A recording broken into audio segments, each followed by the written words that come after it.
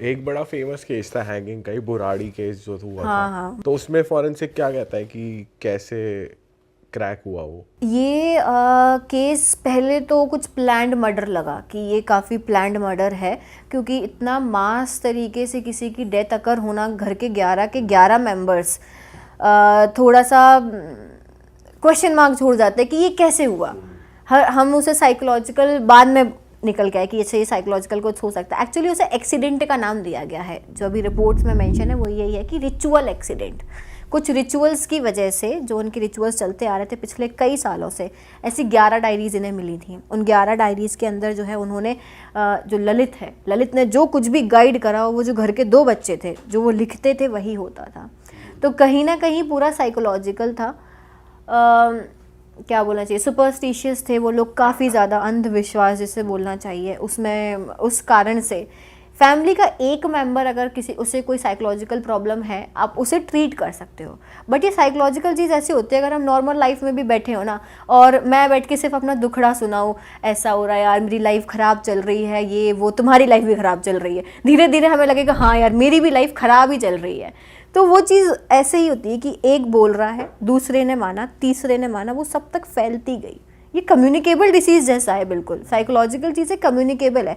आप जैसा अपना सराउंडिंग रखोगे, जैसे लोगों से बात करोगे, जिस तरीके से आप रहोगे, तभी बोलते हैं कि आपको अगर अच्छा इंसान बनना है, बड़ा बनना है, तो अपने से अच्छे के साथ रहो हमेशा, then only you will learn something. आप अपने से नीचे वाले के साथ रहोगे, so you will be like हाँ मैं उन्हीं के जैसा हो जाऊंगा। तो साइकोलॉजिकल ट्रॉमा था उस बंदे को, कुछ साइकोलॉजिकल डिसऑर्डर था, जिसकी वजह से वो ये बोलता था कि मुझे बोला जा रहा है और तुम्हें ये फॉलो करना है। He was having the problem. उसकी वजह से सारी फैमिली को धीरे धीरे धीरे धीरे वो चीज़ बिलीव कराई गई कि हाँ जो ललित बोल रहा है वही करना है, और सब ने वो बात मानी। और एट द एंड क्या हुआ, मास सुसाइड। क्योंकि उसमें जो है हमारे पास में फ़ोटोज़ हैं, वैसे तो डॉक्यूमेंट्री भी आई है इस पे, उसमें भी काफ़ी फ़ोटोज़ दिखाई गई हैं, बट हमारे पास में तो ओरिजिनल फ़ोटोज़ हैं जो हमने देख रखी हैं। तो उसमें था कि हाथ बंधे हुए हैं, पैर बंधे हुए हैं, आँखों पर पट्टी है, और फिर जो है वो हैंगिंग की गई है। और जो घर की लेडी थी, उनकी दादी आई गेस, उन्हें ऊपर हैंग नहीं करवा पा रहे थे, तो उन्हें स्ट्रैंगुलेट करके मारा गया पहले ही, और फिर बाकी के जो 10 मेंबर्स थे वो हैंग हुए। वो 2 तरीके की लाइफ जी रहे थे, काइंड ऑफ बाईपोलर डिसऑर्डर बोलना चाहिए, कि एक लाइफ जो वो घर के बाहर जीते हैं, जो कम्प्लीटली नॉर्मल है। आप कभी भी किसी भी साइकोलॉजिकल प्रॉब्लम से डील करते हुए पर्सन को आइडेंटिफाई नहीं कर सकते। They are living very normal in their life, doing their job, doing their work, study कर रहे हैं तो वो भी नॉर्मल चल रहा है, सब सही चल रहा है। लेकिन जब वो 4 दीवारी के अंदर हैं, they are completely different person. तो वही हो रहा था उनके साथ कि घर के अंदर दे वर कम्प्लीटली डिफरेंट। रात में वो लोग क्या कर रहे हैं, क्या रिचुअल्स चल रहे हैं, वो बाहर किसी को भी नहीं पता। और घर के बाहर वेरी नॉर्मल। वो उनके यहाँ तो शादी होने वाली थी, तैयारियां चल रही थी शादी हाँ, की। वेब सीरीज में हाँ दिखाया है ये। हाँ, ये वेब सीरीज में दिखाया गया है कि उनके नॉर्मल सब कुछ चल रहा था, और सडनली एक रात जो है ऐसा ऐसा कुछ कुछ हुआ।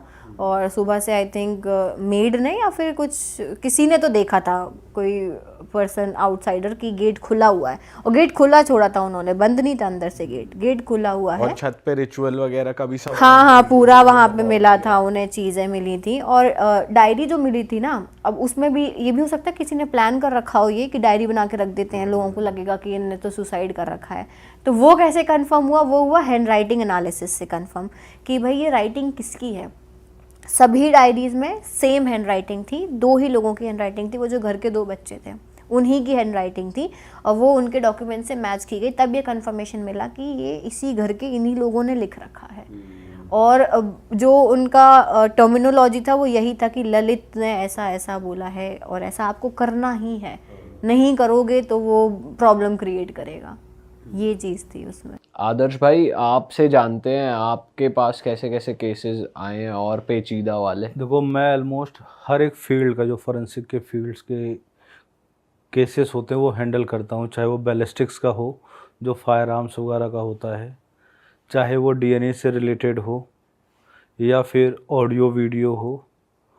फायर के केसेस, जैसे आजकल लोग इंश्योरेंस क्लेम के लिए अपनी बड़ी बड़ी फैक्ट्रियों को आग लगा देते हैं सो दैट कि इंश्योरेंस क्लेम हो जाए।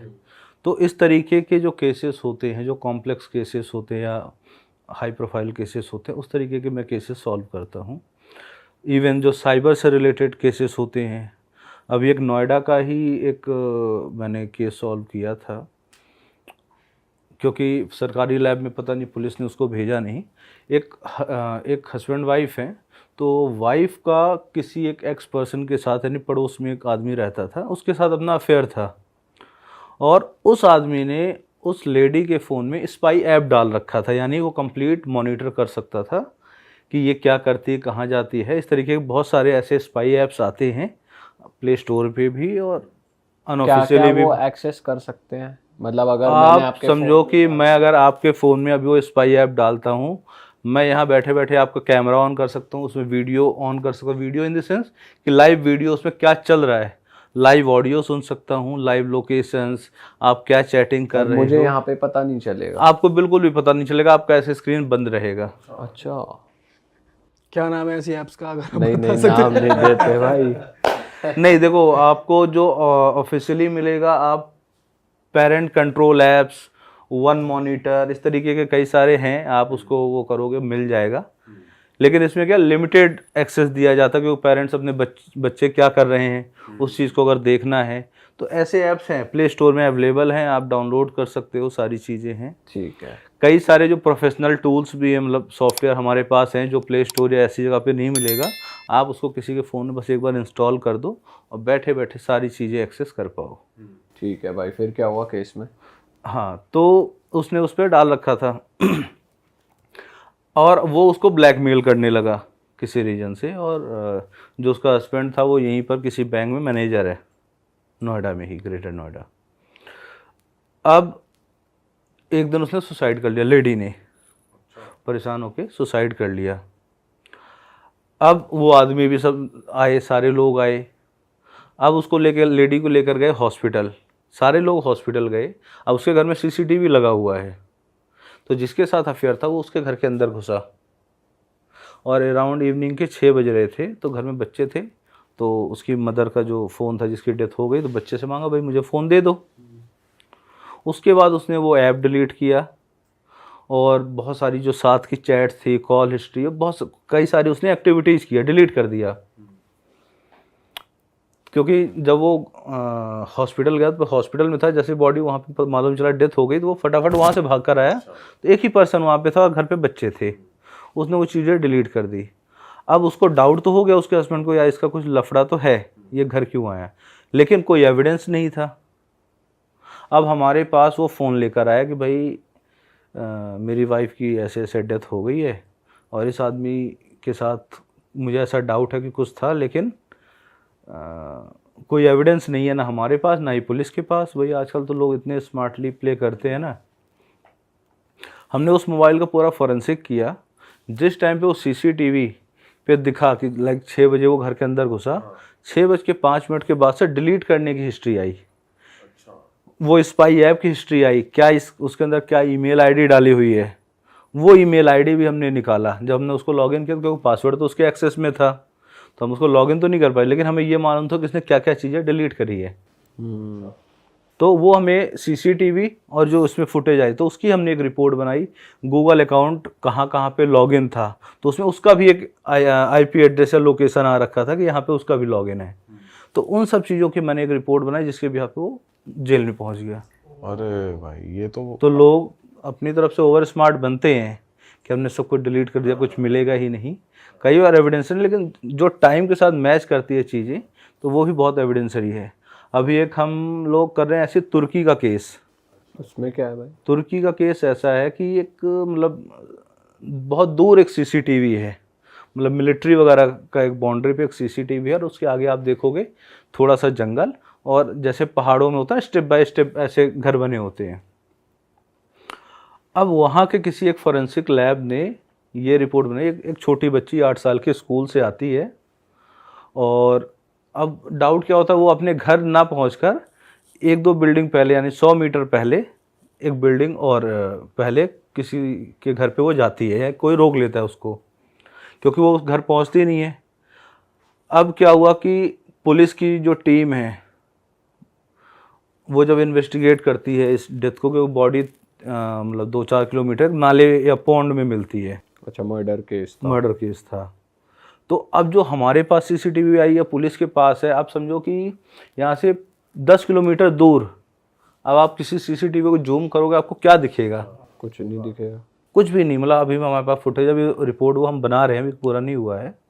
तो एक वहाँ के दूसरी कंट्री के एक्सपर्ट ने रिपोर्ट बनाई, उसने अपने सीसीटीवी को एनहेंसमेंट करके ये दिखाया कि ये लड़की अपने घर पे गई, उसके बाद वो बाहर नहीं आई। यानी मर्डर किसने किया? घर वालों ने किया। घर में 10-12 लोग थे, सबको सब जेल में है। मतलब ऐसा सीसीटीवी फुटेज जिसमें कुछ नहीं दिख रहा, लेकिन एक एक्सपर्ट ने अपनी रिपोर्ट दे दी और उसमें सिर्फ समझो कि एक पिक्सल दिखता है ना, एक डॉट की मूवमेंट कहीं दिख रही है, कहीं नहीं दिख रही, कहीं ब्लर हो रहा है, कहीं कुछ, उसके बिहाफ पे बना हुआ है। और उसी से 100 मीटर पहले एक दूसरा आदमी रहता है जो उनके यहाँ माली वगैरह था। हाँ।